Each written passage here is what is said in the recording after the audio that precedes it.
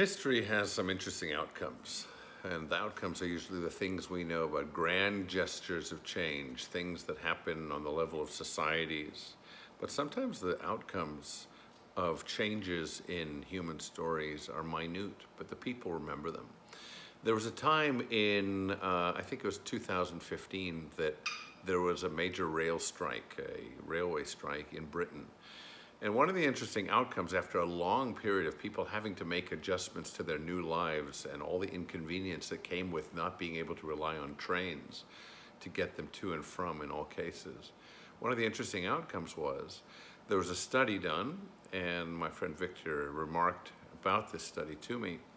Study done to look at what aspects of people's lives that had changed during the calamity of the rail strike, what aspects that came out of that remained after the strike ended. In other words, what changes did people make in their lives that afterwards they decided were good and worthy of continuing?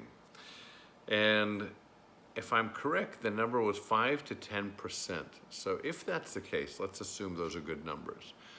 I want to suggest to you and to me that we think about what the 5 to 10% is that we're going to retain at the end of this self-quarantine and this crisis of COVID-19.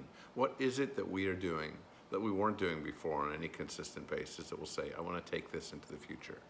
Is it our work hours? Is it more time at home? Is it making a greater balance between work and leisure?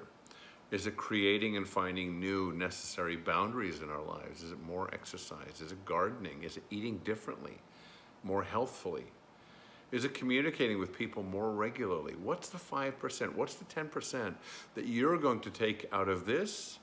As Dickens said, it was the best of times and the worst of times. Maybe we'll say that about this as well. It was certainly a very difficult passage in all of our lives across the globe. But what was the best of that you want to carry forward into the future?